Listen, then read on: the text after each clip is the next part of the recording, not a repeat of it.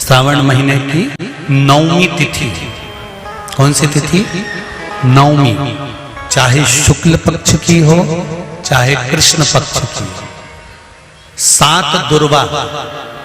कितनी दुर्वा?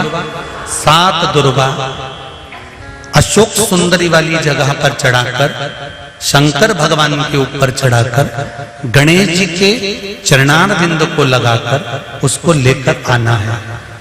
हाटकेश्वर महादेव का स्मरण कर। कौन से महादेव? हाटकेश्वर महादेव। उसको लेकर आइए। उदर में, पेट में रोग हो, बीमारी हो, बहुत ज्यादा तकलीफ हो रही हो, शरीर के अंतर्गत एसिडिटी रहती हो या पेट के अंतर्गत कोई ना कोई बीमारी बनी ही रहती हो, उसको भादो के महीने में, कौन से महीने में? भादो के महीने में किसी भी दिन सुबह के समय जब आप वो दुर्वा लेकर आए, 5 दिन, 6 दिन, 7 दिन में एक एक कर कर खाली पेट उसको चबा चबा कर खा लो और पानी पी लीजिए। करना पड़ेगा श्रावण महीने में, खाना पड़ेगी भादो में। चतुर्मास में चारों महीनों का बड़ा बड़ा महत्व है। कभी आपको एक स्मरण रहा हो कि जिस नारी के, स्त्री के रजोधर्म से जुड़ी हुई या पुरुष वर्ग में भी कहीं ना कहीं किसी ना किसी रूप में इस उदर से लेकर एड़ी तक के बीच में जो भी तकलीफें होती हैं उससे जुड़ी हुए के लिए भी सावन के महीने में एक प्रयोग आता है। उसको कर लेने से संपूर्ण जीवन समय में ये नाभि कोश से लेकर एड़ी तक के बीच में कभी तकलीफ हो ही नहीं सकती। और वो जल शंकर भगवान को शूलपाणेश्वर महादेव के नाम से चढ़ाया गया। कौन से महादेव के नाम से? शूलपाणेश्वर महादेव। शूलपाणेश्वर, उसका भी स्थान है कि वो जल कहां चढ़ता है। तो पहले तो नौवीं तिथि का दुर्वा प्रयोग भगवान शंकर को समर्पित करते हुए, अशोक सुंदरी वाली जगह पर समर्पित करते हुए श्री गणेश जी महाराज को कहकर, आपको याद होगा जिस समय पर श्री गणेश जी महाराज कुबेर जी महाराज के घर में भोजन करने गए थे, सारा अन्न भगवान गणेश जी पा गए थे, तब शंकर भगवान ने दुर्वा भेजी थी। ये दुर्वा जब गणेश जी को भेजी गई थी तो वो औषधि के लिए भेजी गई थी कि गणेश जी ने ज्यादा पा लिया है तो शरीर में रोग ना हो जाए, पेट में कोई रोग ना हो जाए। तब शिव जी ने भेजी थी अशोक सुंदरी के माध्यम से। इस दुर्वा का प्रभाव रोग मुक्ति के लिए किया गया। तो रोग दुर्वा महाराज। सती मैया कहती है शिव में क्या नहीं है, शंकर में क्या चीज की कमी है? आप बताओ कि शिव में कमी क्या कमी है शंकर भगवान? कोई कहते हैं, कई लोग कहते हैं कि शंकर भगवान तो रुद्रदेव है, उनको तो क्रोध जल्दी आता है। हम कहते हैं किसको नहीं आता क्रोध? क्रोध किसको नहीं आता? एक चींटा निकल कर जा रहा है, तुम उसका रास्ता बार बार रोको, बार बार रोको, बार बार रोको, बार बार रोको, चींटा तुम्हारे पांव में खा जाएगा। मच्छर, उसको भी क्रोध आ रहा है। खटमल, जरा सा दबा, क्रोध आ गया। एक कीड़ा तुम्हारे पांव में दबा, क्रोध आ गया, उसने तुम्हारे पांव में काट लिया। एक मक्खी तुम्हारे कपड़े में दब गई, वो मक्खी को क्रोध नहीं आता, पर मक्खी कपड़े में दब गई, दबी हुई थी, बहुत देर से निकलने का प्रयास कर रही थी, नहीं निकल पाई, तुम्हारे शरीर को काट लिया, काटा, तुमने साड़ी झटकी, मक्खी निकल कर भाग गई। क्रोध किसको नहीं आता? एक बेल, उसको भी क्रोध आता है। गौ माता, उसको भी क्रोध आता है। क्रोध किसको नहीं आता? संसार में कौन है जिसको क्रोध नहीं आया?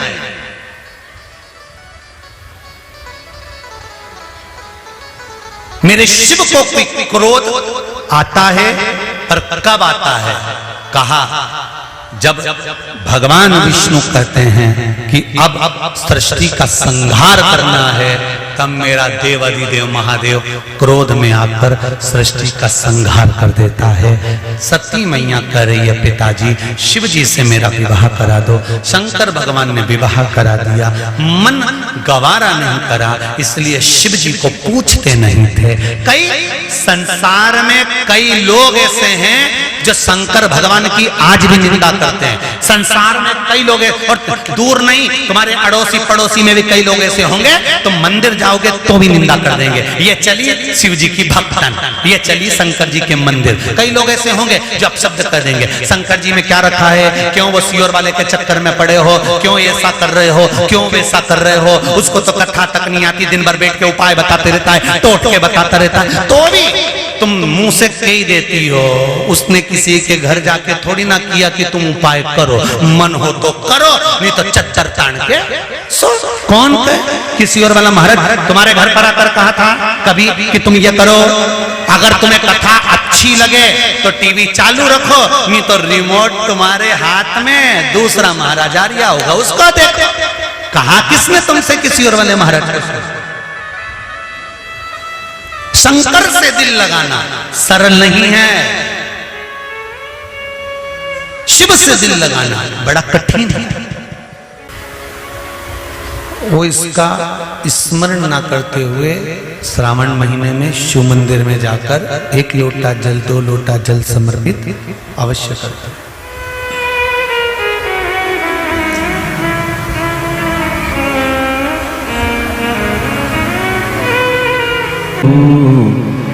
हम जो भाव लेकर भगवान का भजन करते हैं, देखो कितनी कितनी दूर से आप लोग यहाँ पधारे हो। कथा तो ऑनलाइन है, इसके बाद भी अगर आप बाबा के धाम पहुंचे हो, 15 मिनट भी अगर आप यहाँ बैठे हो या 20 मिनट भी आप बैठे हो, तो दिल से शिव महापुराण के कथा को श्रवण करना, जिससे जो आशा लेकर आप यहाँ पधारे हो, बाबा देव अधिदेव महादेव आपकी मन की मुराद पूर्ण करके 3 महीने में आपको वापस यहाँ बुला।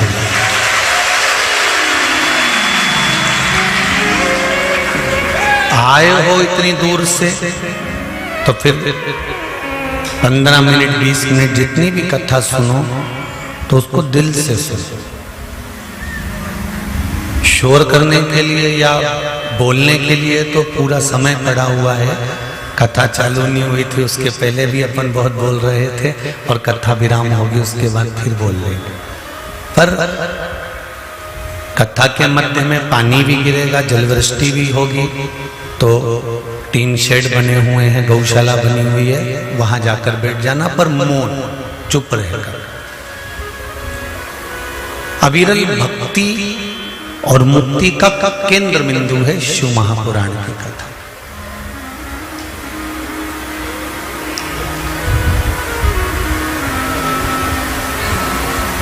बचपन, जवानी, अधेड़ी और बुढ़ापा, इसमें बीच का जो समय है ना, बचपन और बुढ़ापे के बीच का जो जवानी और अधेड़ी, जवानी और जम के बोलो जरा, अधेड़ी, ये बीच का जो मोड़ आता है ना, बीच का जो टर्न आता है, ये सबसे बात है। बचपन खेल में खोया, जवानी नींद भर सोया, बुढ़ापा देख कर रोया, सिराने मूंद हंसती है। बचपन गया चले जाएगा, आपको मालूम भी नहीं पड़ेगा, और कहां निकल जाएगा। कब आप 17-18 वर्ष के हो गए, कब 19 वर्ष के हो गए, कब 20 साल 19 साल कब निकल गए होंगे मालूम नहीं पड़ेगा। पर बचपन के बाद में जो जवानी आई और जवानी के बाद में जो अधेड़ी आई, ये बीच का जो मोड़ है, बीच का जो टर्न है, ये सबसे भारी है।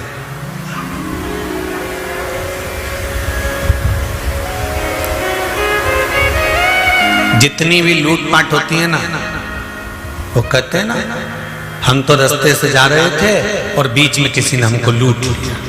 बोलो सही है कि गलत है? हम जा रहे थे और एक मोड़ ऐसा आया, उस मोड़ में बीच में किसी ने गाड़ी अड़ा दी और बीच में हमको लूट लिया।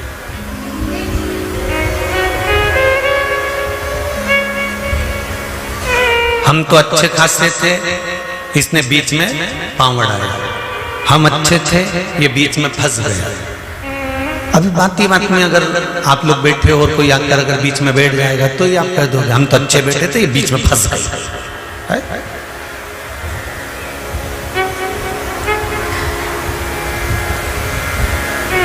हम तो बढ़िया इंदौर जा रहे थे, भोपाल जा रहे थे, बीच में एक मोड़ आया, वहां बीच में किसी ने गाड़ी रोकी और बीच में ही हमारी गाड़ी पूरी की पूरी। ध्यान देना जरा, ये शब्द जो आता है ना कि बीच में गाड़ी लूटी गई, बीच में हमारे फंस गए, बीच में टांग अड़ा दी, बीच में हिस्सा कर दिया, हमारे बीच में क्यों बोला, ये बीच में जो शब्द है ये कोई ऐसे ही शब्द नहीं है, ये बचपन और बुढ़ापे के बीच के जो दो शब्द हैं, जवानी और अधेड़ी, बस ये जो है बीच में, ये हमारी जिंदगी को संवार भी देता है और ये हमारी जिंदगी को बिगाड़ भी देता है। ये बचपन अगर निकल गया, जवानी आ गई, जवानी अगर परमात्मा के चरणों में निकल गई, भगवत स्मरण में निकल गई, अपने नित्य कार्य में निकल गई, अधेड़ी तुम कमाओ, मना नहीं है। कभी भी इस व्यासपीठ से हमने ये नहीं बोला कि तुम तुम्हारी दुकान छोड़ दो, बोला कभी? इतनी कथा तुम लोगों ने सुनी होगी, कभी नहीं कहा कि दुकान छोड़ दो, कभी नहीं कहा कि तुम तुम्हारा व्यापार बंद कर दो, कभी नहीं कहा। इतनी कथाओं में आज तक भी आपसे ये नहीं कहा गया कि तुम कथा सुनने यहाँ आओ, बोला क्या? इतनी कथा करी, उसमें एक ही बात कहा कि अपने घर पे बैठ के सुनो और जब तुम्हारा काम हो जाए तब बाबा को धोख लगाने आओ, पर ये नहीं किया कि कथा सुनने आओ। फिर क्यों आई? वो भी तो समझ में आए। और जजमानों से भी पूछ सकते हो, ये दोनों बैठे हैं दुबे जी और बरवन जी, आप इनसे पूछो, रामकिशोर जी से और ये दुबे जी से, कि इनसे क्या कहा था कि तुम आना, तुम्हारी धर्म पत्नी को लाना, तुम्हारे बच्चों को लाना और ज्यादा से ज्यादा 5-6 लोग, बोलो, बोला कि नहीं बोला? इससे ज्यादा मत लाना। पर इनका जिसके प्रति दिल होगा, इनका जिसके प्रति भाव होगा, इन्होंने धीरे से फोन लगा के कह दिया होगा, काका जी आ जाना, बुआ जी आ जाना। उसी तरह हम तो मना कर देते हैं, पर भोलेनाथ जी पर जिसका दिल होगा तो उसको तो फोन लगा के बोला ही होगा। हमारे कहने से क्या होगा? लगन तुमसे लगा बैठे जो होगा देखा जाएगा, और तुम्हें अपना बना बैठे जो होगा देखा जाएगा। दिल उससे लगा।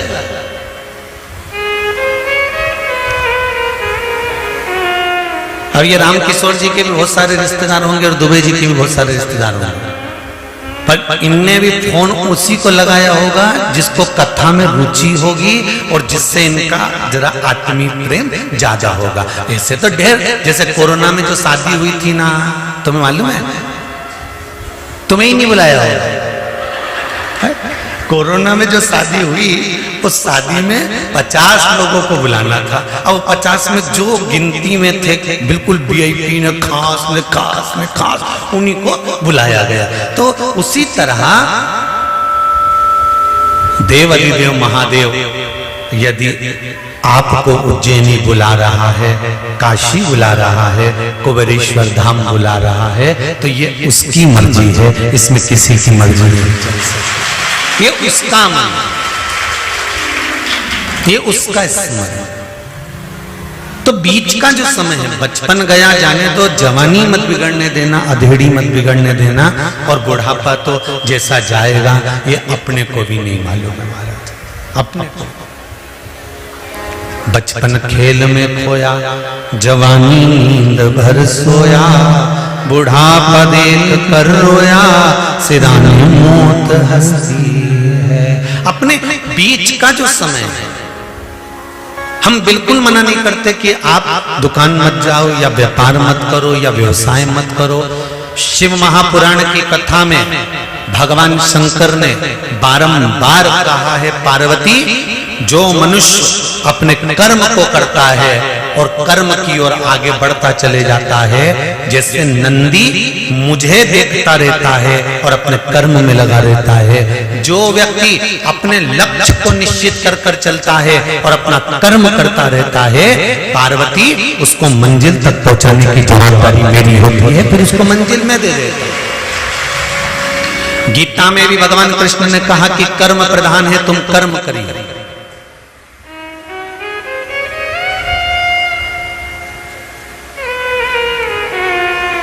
कर्म आपको करना है।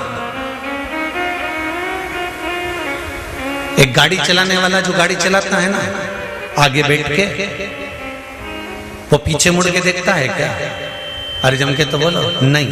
साइड में देखेगा नहीं, इधर देखेगा नहीं। और जितनी सवारी इसमें पीछे बैठी हुई है ना, जितनी सवारी साइड में बैठी हुई है ना, ये तो केला छील के केला खा रहे, एप्पल खा रहे, मूंगफली छील के खा रहे, खूब प्रेम से बात करते करते जा रहे, गप्पे भी लगा रहे, एक दूसरे को कूट भी दिया पकड़ कर गाड़ी के अंदर, पानी भी ढोल दिया, शीशे में से देख भी रहे हैं, खिड़की भी खोल रहे हैं, बंद भी कर रहे हैं, बात भी कर रहे हैं, गप्पे भी लगा रहे हैं, खुश भी हो रहे हैं, रो भी रहे हैं, हंस भी रहे हैं, गा भी रहे हैं। ये जितने ड्राइवर के आसपास में बैठे हुए हैं, जितने ड्राइवर के पीछे बैठे हुए हैं, जितने पीछे की सीटों पर बैठे हुए हैं, जितने साइड की सीटों में बैठे हुए हैं, ये सब अपना अपना काम कर रहे हैं।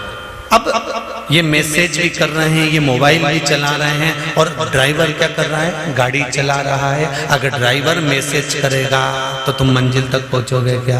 ड्राइवर मोबाइल चलाएगा तो मंजिल तक पहुंचोगे क्या? नहीं। ड्राइवर अगर बातें करेगा, गप्पे लगाएगा, इधर उधर देखेगा तो मंजिल तक तो नहीं पहुंचोगे ना, वो यम के पास जरूर पहुंच जाओगे। ड्राइवर की दृष्टि सामने है और वो गियर पर गियर लगा रहा है, स्पीड ब्रेकर आकर गाड़ी भी रोक रहा है, चले जा रहा है, उसकी मंजिल सामने है, वो गाड़ी को दौड़ा रहा है, भगा रहा है, और मंजिल तक पहुंचना है तो दृष्टि सम्मुख में रखी है। उसी तरह शिव महापुराण की कथा कहती है, ये पूरा शरीर गाड़ी है, इसकी इंद्रियां इसके पहिए हैं और मन रूपी ड्राइवर इसको चला रहा है। बस इस ड्राइवर को शंकर के सामने ले जाकर खड़ा कर दो तो मंजिल निश्चित हो जाती है। शिव के सम्मुख में ले जाकर खड़ा करो तो मंजिल तक पहुंच जाओ।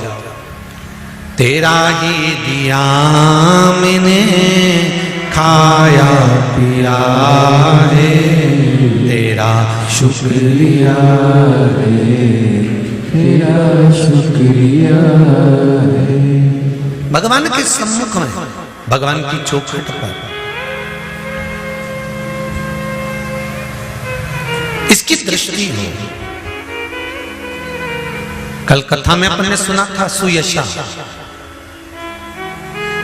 और वो सुयशा नंदी की धर्म पत्नी, नंदी को मंदिर में बिठाने के लिए, शिवालय में बिठाने के लिए, शंकर के दरवाजे पर बिठाने के लिए घोर तप करा उसने, शंकर जी की आराधना करी, शिव जी ने वर भी दे दिया और वो सम्मुख में जाकर नंदी बैठ भी गया। पर नंदी से हमको सीखने को मिलता है कि भगवान के सम्मुख में उसकी दृष्टि है।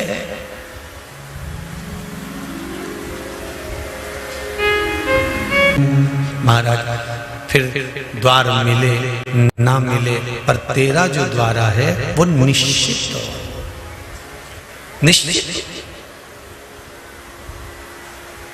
तेरी चौखट निश्चित है। आज सावन का पहला सोमवार है, शंकर जी के मंदिर गए होगे,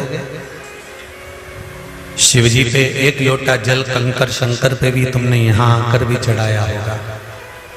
जाते जाते बाबा से एक बात कहकर जरूर जाना, जैसे सावन के महीने में जल बरसता है और वो जल बीज पर पड़कर अंकुरित होकर फल देता है, उसी तरह सावन के महीने में मैंने भी एक लोटा जल चढ़ाया है, वो भी ऐसा जल हो कि मेरे जीवन में सुख को अंकुरित करे और मेरा जीवन धन्य हो जाए। ऐसी कृपा कर, ऐसी दया करना। हम तेरे धाम में हम तेरी चौखट पर कथा सुनने के लिए आया, तेरे दरवाजे, तेरी चौखट, तू कृपा करेगा तब सुख मिलेगा। तेरी कृपा बिना न हिले एक भी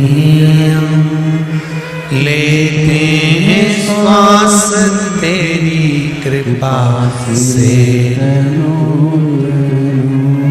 अगर तेरी उदारता नहीं होती, तेरी कृपा नहीं होती, तेरी करुणा नहीं होती, तो संसार का कोई सुख हमको प्राप्त नहीं होता।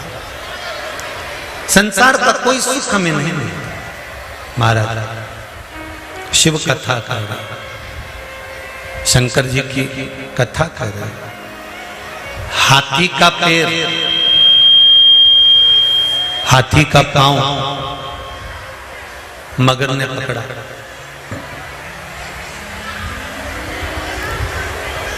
और जितने भी लोग पीछे खड़े हैं उनसे निवेदन है, आप लोग टीन शेड में चले जाओ। यहाँ से जितने भी लोग खड़े हुए हैं पानी में गीले नहीं हो, शेड में जाकर बैठ जाओ, आराम से वहां बैठकर कथा सुनो। हाथी का पांव मगर ने पकड़ लिया, और हाथी का पांव जब मगर ने पकड़ा, हाथी का पैर जब मगर ने पकड़ा, उस पैर को पकड़कर मगर खींचता खींचता खींचता खींचता हाथी को लेकर पानी के अंदर जाने लगा। हाथी को खींचकर मगर हाथी को पानी के अंदर ले जाने लगा।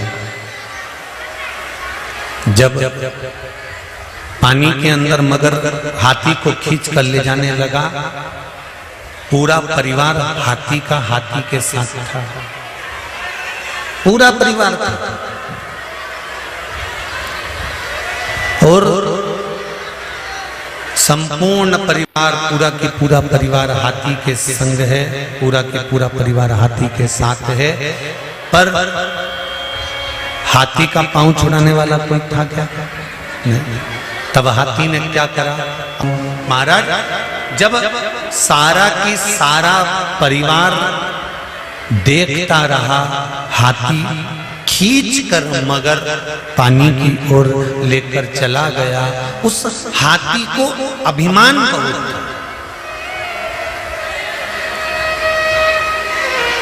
था, उस हाथी को अहंकार बहुत था। और हाथी को अहंकार किस चीज का था? हाथी को अभिमान किस चीज का था? हाथी को अभिमान था कि मेरे पास में बल बहुत है, मैं बहुत बड़ा हूं, बहुत विशाल हूं, मेरे पास में बल बहुत है। हाथी को अभिमान इस चीज का था कि मेरे पास में बल बड़ा है, मेरे पास में बहुत बल है, मैं बड़ा विद्वान हूं, मेरे पास में बहुत सारा, मेरा शरीर बड़ा विशाल है, बहुत प्रबल है, और मुझे कोई हरा नहीं सकता, और मेरा परिवार मेरे साथ में है। यह हाथी का अभिमान था, यह हाथी की अभिमतता थी, यह हाथी का अहंकार था। पर जब हाथी का पांव पकड़ा, और हाथी का पांव पकड़कर जब पानी के अंदर गया, जाने के बाद हाथी का पांव पकड़कर पानी में जाने के बाद पानी में हाथी धीरे धीरे धीरे धीरे धीरे धीरे समाने लगा, धीरे धीरे डूबने लगा। तब हाथी का पूरा शरीर पानी के अंदर चले गया। केवल हाथी की सूंड हाथी ने ऊपर कर ली और उससे श्वास ले रहा था, वो भी धीरे धीरे धीरे धीरे पानी में जाता जा रहा था, थोड़ा सा ही बचा था। तब हाथी ने विचार कर लिया कि अब मुझे कुछ ना कुछ करना पड़ेगा, मेरा परिवार मेरा साथ नहीं दे रहा, मेरा कुटुंब मेरा साथ नहीं दे रहा, अब मृत्यु की घड़ी सामने आकर खड़ी हो गई है। तब उस हाथी ने क्या करा? तब परमात्मा को पुकारना प्रारंभ, तब उस भगवान को बुलाया। नंदी के लिए वो सुयशा को मिल गया। देखिए शिव महापुराण की कथा कहती है, कल कथा में कहा था ध्यान लगाना और प्रार्थना करना,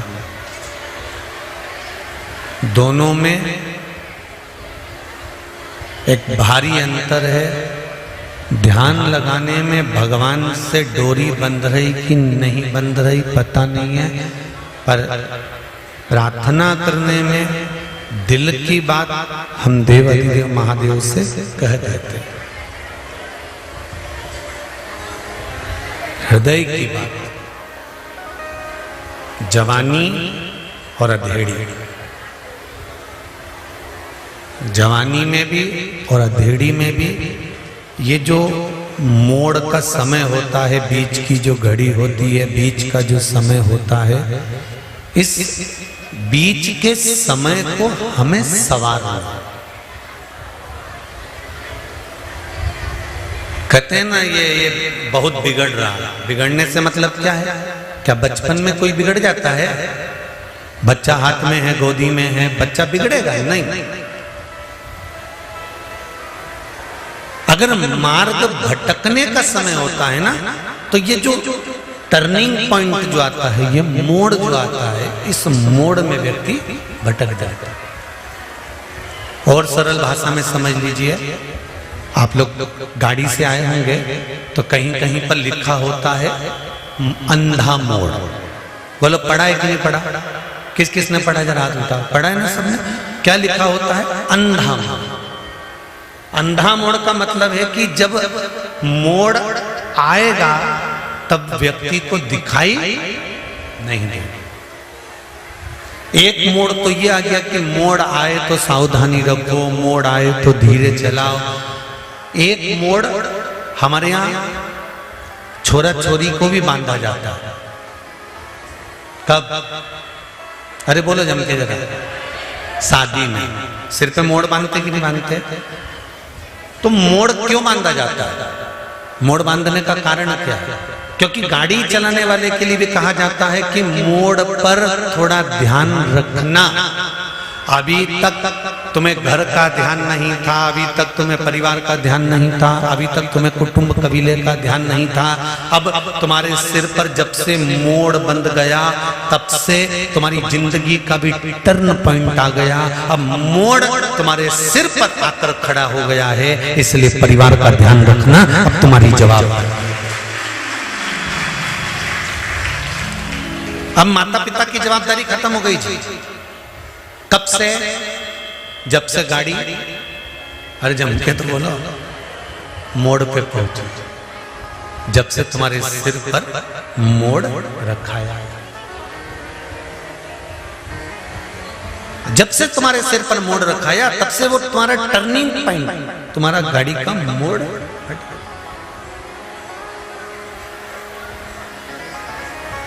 महाराज मध्य का समय, बचपन खेल में खोया, जवानी नींद भर सोया, बुढ़ापा देख कर रोया, सिराने मौत हंसती है। ये टर्निंग पॉइंट, ये ऊपर निवेदन है कोई को जाने ना दें, क्योंकि लाइट के कनेक्शन बहुत सारे खुले पड़े हुए, इसका ध्यान रखिए। सबको नीचे उतारो ऊपर से, ऊपर कोई ना बैठे। शंभू, लाइट के कनेक्शन बहुत खुले हैं, इसलिए ऊपर किसी को नहीं जाने दें, नीचे उतार दीजिए सबको। श्री शिवाय नमस्ते। मोड़ का टर्निंग पॉइंट अपनी जिंदगी में, अपने जीवन में, जीवन की प्रत्येक घड़ी के पल पर एक समय ऐसा आता है जिस समय पर हमको मुड़ना होता है, और कहाँ मुड़ना है यह हमारे ऊपर निश्चित करता है। सुयशा ने भगवान शंकर से प्रार्थना करी, शिवजी से निवेदन करा, और सुयशा ने शंकर भगवान से प्रार्थना करी, निवेदन करा, तो फल ये हुआ कि भगवान शंकर के शिवालय में, शंकर भगवान के सम्मुख में नंदीश्वर जाकर विराजमान।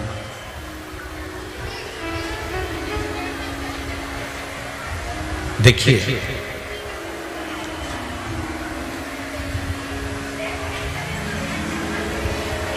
बचपन में गोदड़ी गंदी करोगे तो मां धो देगी। अरे बोलो तो जम के, सही है। बचपन में अगर गोदड़ी गंदी करोगे तो मां, बोलो जम के जरा, मां धो देगी।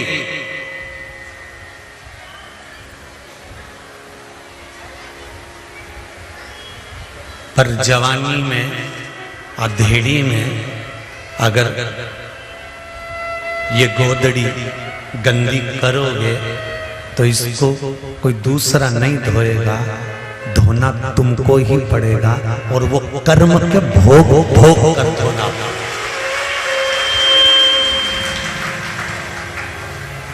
बचपन की गोदड़ी को मां धो सकती है, बचपन की गोदड़ी को पिता धो सकता है, पर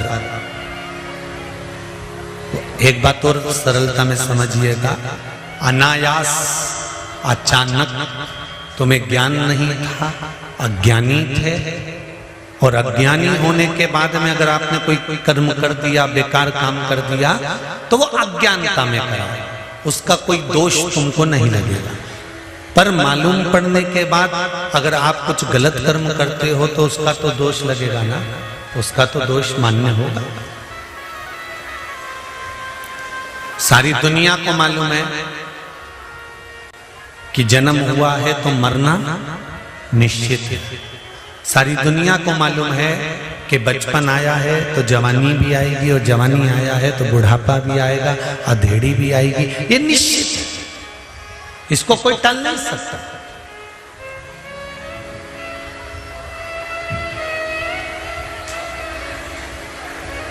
सारी दुनिया को मालूम है कि बचपन आया है तो जवानी भी आएगी, जवानी आई है तो अधेड़ी भी आएगी, अधेड़ी आई है तो बुढ़ापा भी आएगा।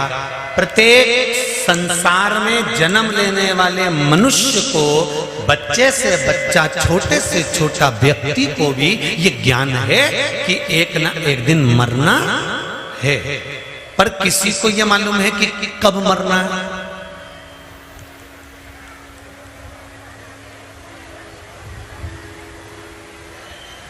किसी को ये अंदाजा है कि कब प्राण छोड़ना है।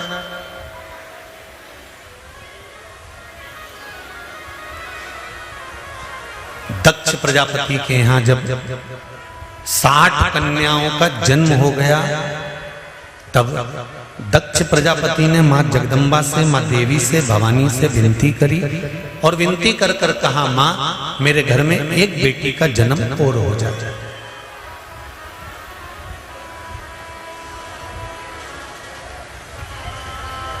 मेरे घर में एक बेटी और जन्म ले।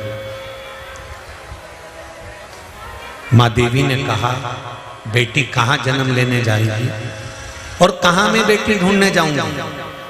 दक्ष प्रजापति, तेरे घर में स्वयं में आद्य शक्ति दुर्गा भवानी तेरे घर में बेटी के रूप में जन्म ले, और सती के रूप में दक्ष प्रजापति के घर में माता पार्वती का स्वरूप जो था सती के रूप में जन्म ले लिया। अब सती मैया प्रकट हो गई। सती मैया जब धीरे धीरे धीरे धीरे धीरे धीरे अवस्था हुई, और माता सती ने जब अपनी युवानी अवस्था धारण करी, जब माता सती कुछ अवस्था बड़े हो जाती हैं, कुछ तरुणाई अवस्था में माता आ जाती हैं, तब माता ने एक दिन अपनी मां प्रसूति से एक प्रश्न किया।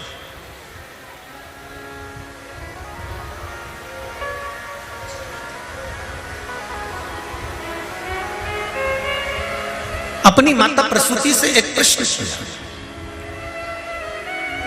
और माता प्रसूति से कहा, मां मेरे मन का एक संशय है। माता प्रसूति ने सती से पूछा, वो संशय कौन सा है? बता तू, क्या संशय तेरे मन में?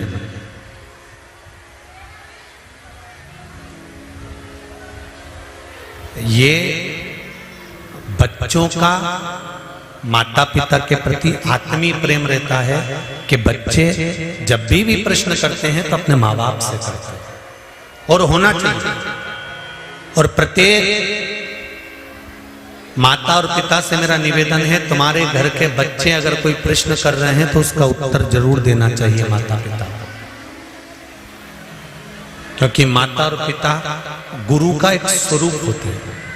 इसलिए उनका फर्ज है बच्चे जब प्रश्न करें तो माता पिता उत्तर दें। प्रश्न किया और प्रश्न करने के बाद में माता सती ने प्रश्न सरल पर जनहित का प्रश्न, मां यदि इस भूमंडल पर मृत्यु लोक में अगर हमारा जन्म हुआ तो इस मृत्यु लोक में जन्म लेने का हेतु क्या है? इस मृत्यु लोक में जन्म लेने का कारण क्या है? हम क्यों जन्म लें? हमारा जन्म का कारण है। कहा प्रसूति मां बोली, सती प्रसूति की सबसे छोटी लड़की थी, और घर का जो छोटा मनक होता है, घर का जो छोटा बेटा होता है, घर की जो छोटी बेटी होती है, घर की जो छोटी संतान होती है, माता पिता का जो प्रेम होता है वो छोटे के प्रति जरा ज्यादा होता है। इसलिए हम आपको बार बार कथाओं में भी कहते हैं कि भगवान से प्रार्थना करना कि हमको किसी परिवार में बड़ी बहू बनाकर मत भेजें। जो घर की बड़ी बहू होती है ना, उसको बहुत सुन के चलना पड़ता है, बहुत संभाल के चलना पड़ता है। जरा जरा सी बात में सास चिल्ला के दौड़ जाती है, आंख नहीं थी, तू तो बड़ी थी, तू तो बड़ा था, तेरे में अक्ल नहीं थी।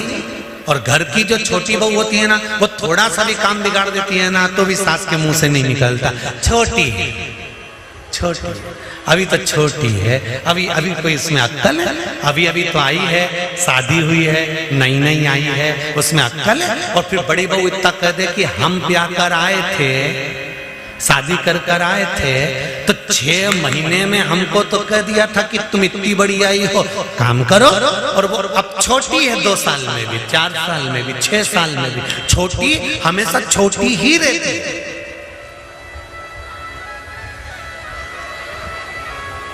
छोटी हमेशा छोटी है और बड़ी हमेशा बड़ी ही रहती है। वो कोई भी काम अगर बात अगर कुछ भी जरा से भी मेहमान ज्यादा आ गए ना तो कहा किससे जाता है, तू तो बड़ी थी ना, कम से कम पहले तुझको आना चाहिए। उसकी नींद नहीं खुली, वो तो छोटी थी, पर तू तो समझदार थी, तू तो बड़ी थी, तू आ जाती ना उतर कर। जितनी भी जीजियां कथा सुन रही ना, भगवान से प्रार्थना कर लेना, बोले ना तो अगली बार हमको छोटा बना के भेज दे, बड़ा नहीं। छोटे बनने में फायदा है, बड़े बनने में कोई फायदा नहीं है। ऐसा बड़ा बनना तो बड़ा बड़ा बेकार काम है। कोई हमसे पूछे ना तो हम तो स्पष्ट कह दें जिंदगी में कि कभी बड़े मत बनना। ट्रेन में सफर भी करो और बाथरूम भी जाओ ना तो 4 वीडियो बनाने वाले मिल जाते हैं कि महाराज गए हैं तो फोटो खींचे के। अब ये स्थिति, पंडित जी सत्य कह रहे हैं महाराज। अगर छोटे हो ना, कहाँ जा रहे हो, कहाँ आ रहे हो, क्या कर रहे हो, क्या बोल रहे हो, कोई मतलब नहीं रहता। पर जब आप बड़े बनते चले जाते हैं तो आप क्या बोल रहे हो, किसके लिए बोल रहे हो, कैसे बोल रहे हो, आपने क्या बोला, वो सारी चीजें निकाल के रख ली जाती है कि कैसे बोला, क्यों बोला, किसके लिए बोला, कहाँ खड़े थे, कहीं ठेले पे खड़े होकर हाथ ठेले पर चाउमीन तो नहीं खा रहे थे, कहीं पानी पतासा तो नहीं खा रहे थे। बड़े जब बन जाते हैं तो बड़ा ध्यान रखना। पर छोटे में कोई ध्यान रखना है क्या? नहीं। शिव महापुराण की कथा कर रही है, जब तक तुम छोटे हो तुम्हारी गोदड़ी अगर गंदी भी कर दोगे तो उसको मां जम के बोलो जरा धो देगी। अगर बचपन में गोदड़ी गंदी करी तो मां धो देती है, पर जवानी में अधेड़ी में अगर कोई शरीर गंदा हो गया, ये गोदड़ी गंदी हो गई तो इसको मां नहीं धो सकती। इस गोदड़ी को तो फिर हमें खुद को धोना पड़ेगा, क्योंकि बच्चा जब बड़ा हो जाता है तो मां भी कह देती है थप्पड़ मार के, इतना बड़ा हो गया अभी भी गंदगी कर रहा है, चल अपने कपड़े खुद धो। बोलो सही है कि गलत है? उठा अपनी पैंट धो के ला, उठा अपना चड्डा धो कर ला, उठा अपना शर्ट धो के ला। अब तो तू बड़ा हो गया, अपने कपड़े तो खुद धो सकता है। जब छोटे थे तब मां धोती थी, जब बड़े हो गए और अगर कपड़ा गंदा हो गया, गोदड़ी गंदी हो गई तो उसको कोई नहीं धोएगा, धोना तुमको पड़ेगा। उसी तरह बचपन का किया गया कर्म भगवान माफ कर सकता है, पर जवानी और अधेड़ी में किए गए कर्मों को भगवान माफ नहीं करता, उसे भोगना ही पड़ता।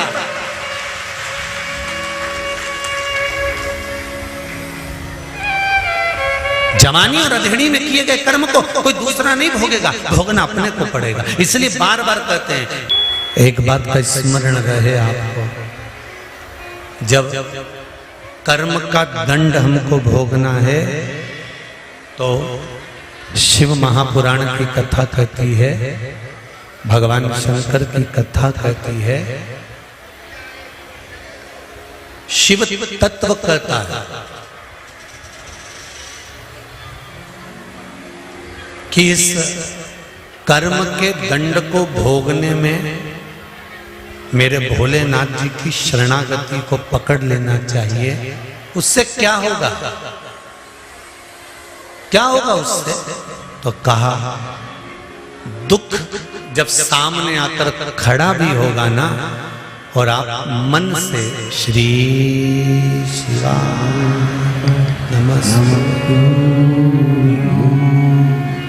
दुख सामने आकर खड़ा हो गया और आपने अगर मंत्र का स्मरण करा है, पंचाक्षर मंत्र नमः शिवाय, षडाक्षर मंत्र ओम नमः शिवाय, श्री शिवाय नमस्तुभ्यम, राम नाम कृष्ण नाम द्वादशाक्षर मंत्र ओम नमो भगवते वासुदेवाय। तुम राम जप रहे हो, तुम कृष्ण जप रहे हो, तुम शिव जप रहे हो, तुम श्री शिवाय नमस्तुभ्यम जप रहे हो, तुम जिस शंकर का स्मरण कर रहे हो, राम और कृष्ण का स्मरण कर रहे हो, तुम्हारा दुख अगर भारी भी है तो उस मंत्र के जाप से थोड़ा सा कम हो जाता है। जैसे हाथी का पांव मगर ने पकड़ा, पांव खींचकर पानी में ले गया, हाथी डूब रहा है, परिवार खड़ा देख रहा है, रो रहा है, चिल्ला रहा है, चीख रहा है, पर हाथी को लगा वे से काम नहीं चलेगा, अपने कर्म का दंड अपने को भोगना है। तब हाथी ने भगवान को बुलाना प्रारंभ करा, और परमात्मा आए कि नहीं आए? आए ना, दौड़ प्रार्थना स्वीकार करिए, प्रार्थना स्वीकार करिए। और जब बैठो प्रार्थना स्वीकार करिए, दिल की बात हम जब भगवान से कहते तो भगवान उसको स्वीकार करते, भगवान उसको स्वीकार करेगा।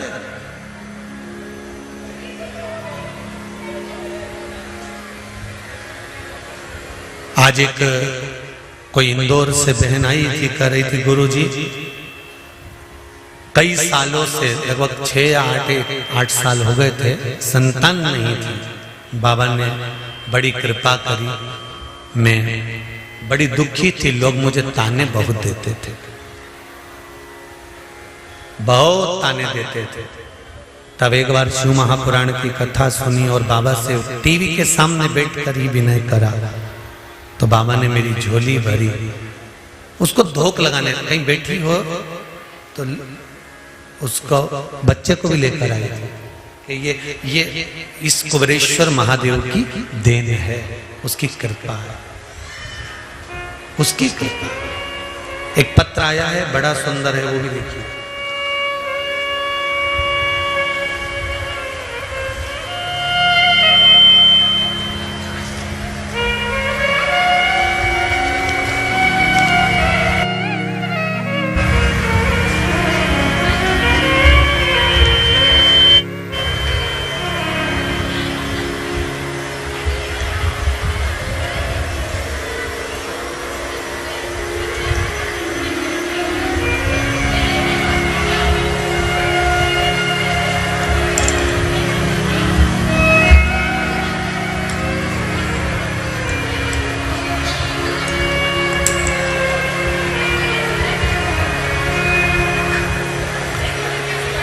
कीर्ति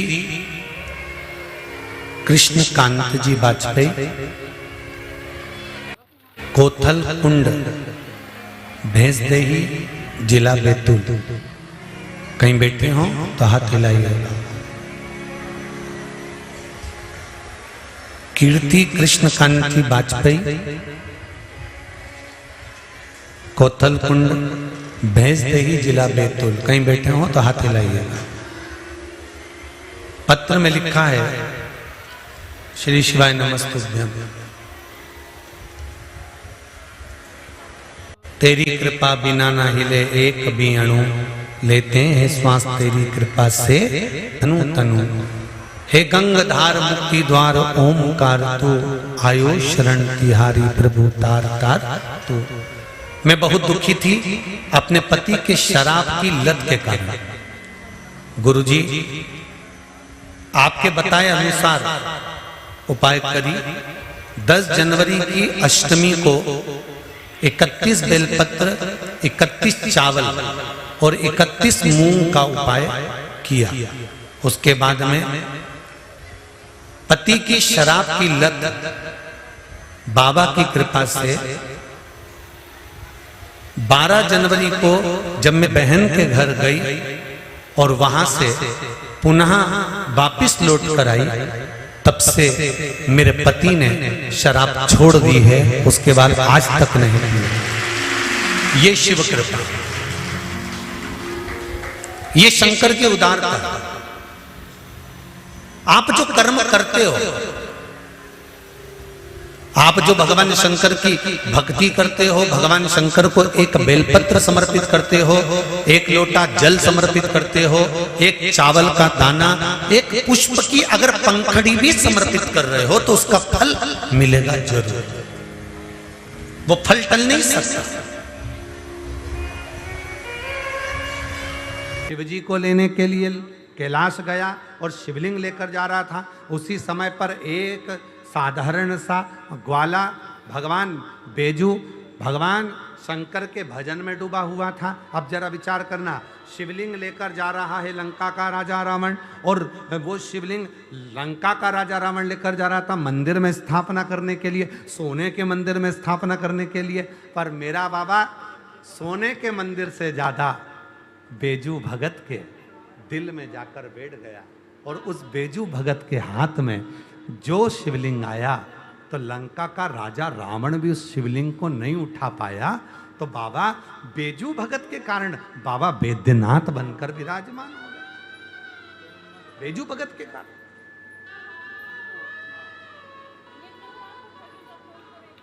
बोल बम का नारा है, जम के बोलो जरा, बोल बम का नारा है, सारी समस्या का हल श्री शिवाय नमस्ते। अभी सावन में 2 लोटा जल।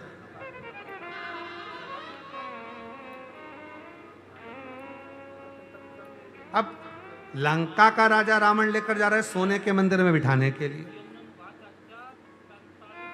और बेजू भगत कहाँ है? जंगल में भ्रमण कर रहा है शिव शिव नाम।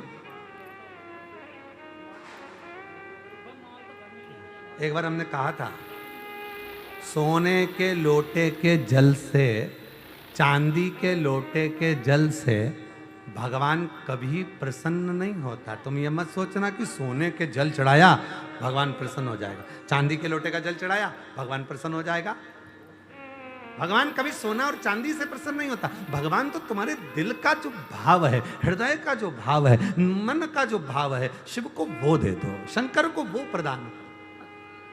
बेजू एक ग्वाला, गाय चराने वाला, साधारण सा जंगल में गाय चरा रहा है, और उसके मन में आ गया, मैंने सुना है शिवजी दुनिया रटती है, एक दिन मुझे शिवजी को अपनी गोद में लेना है। इतनी देर में तो बेजू के हाथ में वो शिवलिंग आ गया जो लंका का राजा रावण लंका लेकर जा रहा था। और उस बेजू के कारण भगवान शंकर बैद्यनाथ जी के रूप में विराजमान हो गए। उसी बेजू के कारण, केवल एक बेजू भगत के लिए,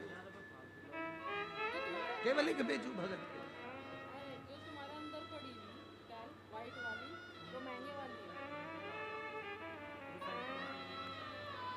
शिव शंकर शंकर है। सोने के लोटे से शिव नहीं रीझा, चांदी के लोटे से शिव नहीं रीझा। कोई तुमसे कहे कि शंकर जी की पूजन में तो 50,000 रुपए खर्च होंगे, वाह वाह वाह वाह वाह वाह, एक लोटा जल लेना, चढ़ाना, एक बेलपत्री चढ़ाना, 3 बार ताली बजाना, कहना हो गई पूजा शिव जी की। कोई तुमसे कहे शंकर जी की पूजन में तो इतने सारे फल लगते हैं, कोई कहे शिव जी की पूजन में इतना सारा सामान लगेगा, शिव जी की पूजन में दही लगेगा, दूध लगेगा, ये लगना है, वो लगना है, शंकर जी की पूजन में ये भी लाना पड़ेगा, वो भी लाना पड़ेगा, कम से कम 2 से 5,000 रुपए का खर्चा है। कहना भैया मेरा भोले बाबा तो 2 लोटा जल से रीझ जाता है और शिव की कृपा होना प्रारंभ हो जाती है। बहुत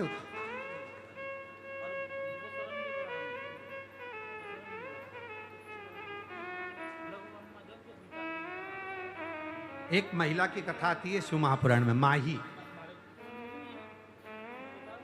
उसका नाम है माही।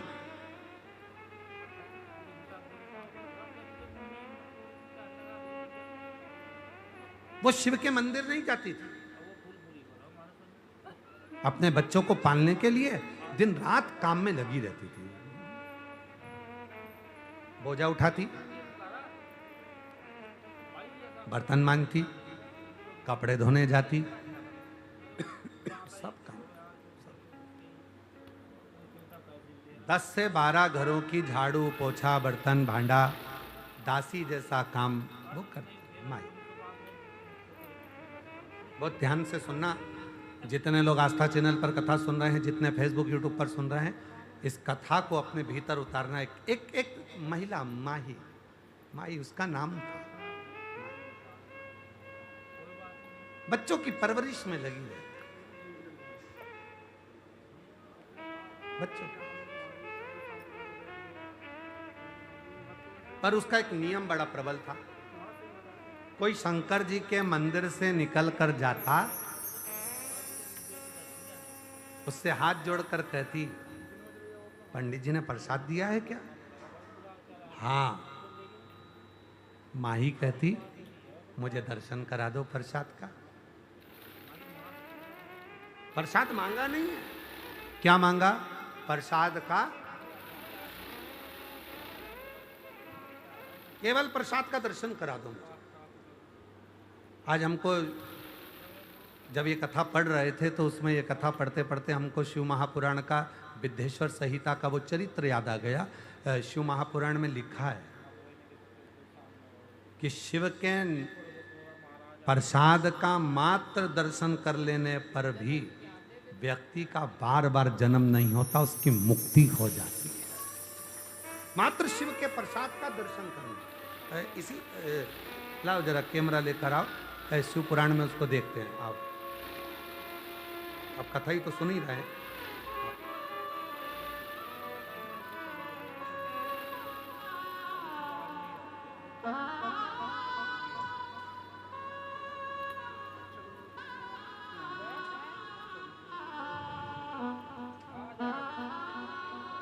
सभी लोग टीवी पर देखना है, ध्यान देना।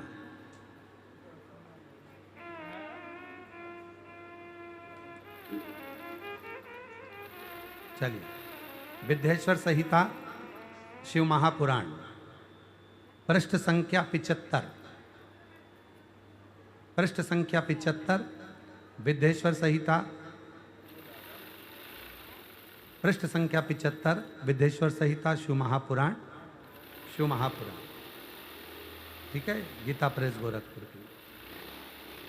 अब जरा देखिएगा, शिव के नैवेद्य को देख लेने मात्र से भी सारे पाप दूर भाग जाते हैं, उसको खा लेने पर तो करोड़ों पुण्य अपने भीतर आ जाते हैं। ऐसा शिव नैवेद्य सिर झुकाकर प्रसन्नता के साथ ग्रहण करें और प्रयत्न करके शिव को अर्पण करा हुआ निवेद्य भगवान शंकर को नमन कर कर उसको पाएं, उसको पाएं। अब जरा विचार करें, वही कथा जो आज अपन ने यहाँ पर आस्था चैनल पर आपने पढ़ी, विद्धेश्वर संहिता के पृष्ठ नंबर 75 की, वही कथा का स्मरण अपन ने किया कि भगवान माही का चरित्र आता है शिव पुराण में। माही क्या करती थी? केवल कोई मंदिर से आता था तो हाथ जोड़कर कह देती थी, मुझे शंकर जी के प्रसाद का दर्शन। आप में से कितने लोग हैं जो अमरनाथ गए हैं? गए हो आप लोग? ठीक। अब आप में से कितने लोग हैं जो अमरनाथ नहीं गए? हम भी हैं तुम्हारे इसमें शामिल, ठीक है, हम भी नहीं, ठीक है। पर कोई पूछे आपने अमरनाथ जी का दर्शन किया है? हाँ, हमारे नगर के लोग गए थे, प्रसाद लाए थे, उस प्रसाद का दर्शन कर लिया, हमने अमरनाथ का दर्शन कर लिया, हमने अमरनाथ। माता जी आपके लिए तो बिल्कुल परफेक्ट बैठ रहा है। हमने प्रसाद का दर्शन कर लिया तो हमने महादेव का दर्शन कर अमरनाथ।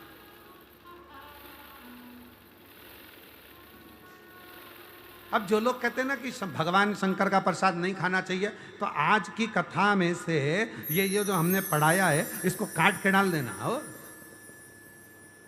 कि शिव जी के मात्र नैवेद्य का, भगवान शंकर के मात्र नैवेद्य का, प्रसाद का दर्शन मात्र कर लेने पर भी जीव को बार बार जन्म से मुक्ति मिल जाए। मात्र दर्शन। अब नैवेद्य का दर्शन, माँ ही परिवार को पालने में, नातों को पालने में, बच्चों को पालने में, काम काज में इतनी व्यस्त रहती, नहीं जा सकती मंदिर।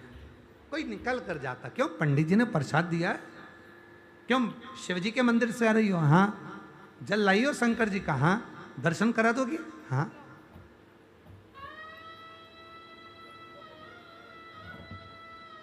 सीहोर की कावड़ का एक नियम है, आप लोगों ने सुना है कि नहीं सुना, वो हमको नहीं। अपने घर से जब कावड़ भरने के लिए सीहोर आते हो तो अपने घर के दरवाजे पर 2 स्वास्तिक बनाकर आते हो। 2 स्वास्तिक नहीं बनाकर आते तो जाकर बनाते हो। सीहोर कावड़ भरने आने वाले 2 स्वस्तिक अपने दरवाजे पर बनाकर आते हैं, और अगर बनाकर नहीं आते हैं तो यहां से जल चढ़ाने के बाद जाते हैं तो 2 स्वस्तिक बनाते हैं। और जो 2 स्वस्तिक दरवाजे पर बनाए जाते हैं, एक इधर जो बनाया जाता है, जो सीहोर में कावड़ चढ़ती है, उस कावड़ का अगर थोड़ा सा भी जल तुम्हारी कावड़ के लोटे में अगर अंश मात्र भी, जरा सा भी अगर है, तो उसको दोनों जगह पर छीट दिया जाता है। क्यों? क्योंकि बाबा का ये प्रसाद हमारे द्वार पर रहे और हमारे घर का भंडार जिंदगी भर भरा रहे, कभी खाली ना हो। हमारे घर में शुभ शुभ कार्य होते रहे, नित्य नूतन नूतन उत्सव होते रहे, नित्य आनंद होता रहे, नित्य। एक मात्र अंश मात्र भी जल हमारे अगर पात्र में रह गया तो वो हमारे शिव की कृपा से, शिव की।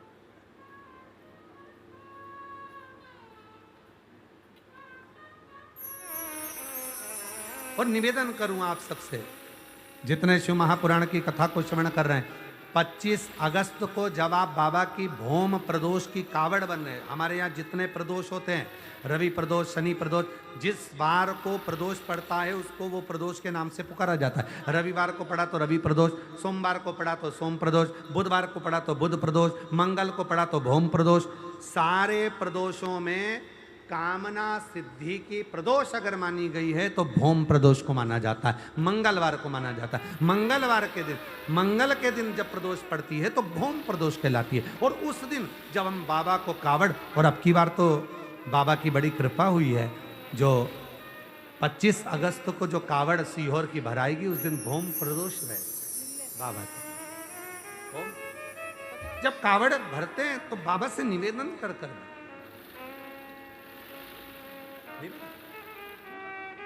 इसलिए हमने संपूर्ण बेटा बेटियों से कहा, आप आना अपना भाव लेकर, भगवान को जल चढ़ाना अपना भाव रखकर, और बाबा से प्रार्थना कर कर जाना कि बाबा मेरी अच्छी, बहुत अच्छी जॉब लगना चाहिए, बहुत अच्छी मेरी एजुकेशन होना चाहिए, मैं जो लक्ष्य लेकर आगे बढ़ी हूं वो मेरा लक्ष्य पूर्ण होना चाहिए।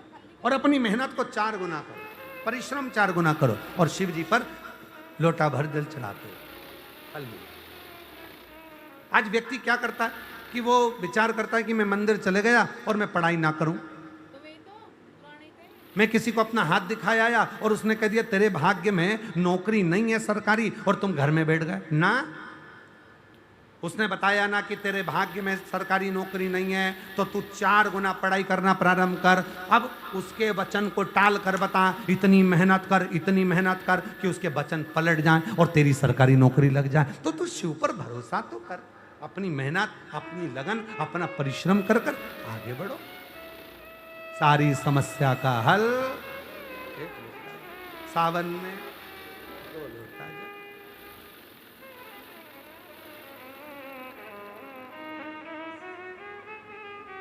अब हमें एक प्रसंग याद आ रहा है यहीं कुबरेश्वर धाम का। एक लड़की की उम्र हो गई, ग्वालियर के पास की बच्ची थी, अपनी मम्मी के साथ आई थी। उसकी उम्र हो गई 32 साल, संबंध नहीं हो रहा।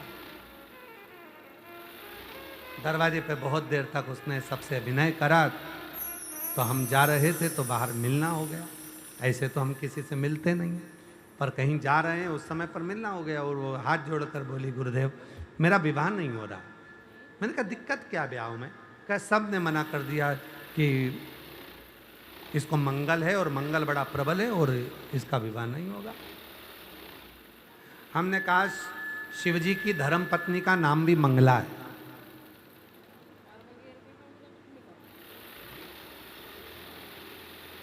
रोज प्रतिदिन एक लाल कलर का फूल लेकर माता मंगला को देना प्रारंभ कर।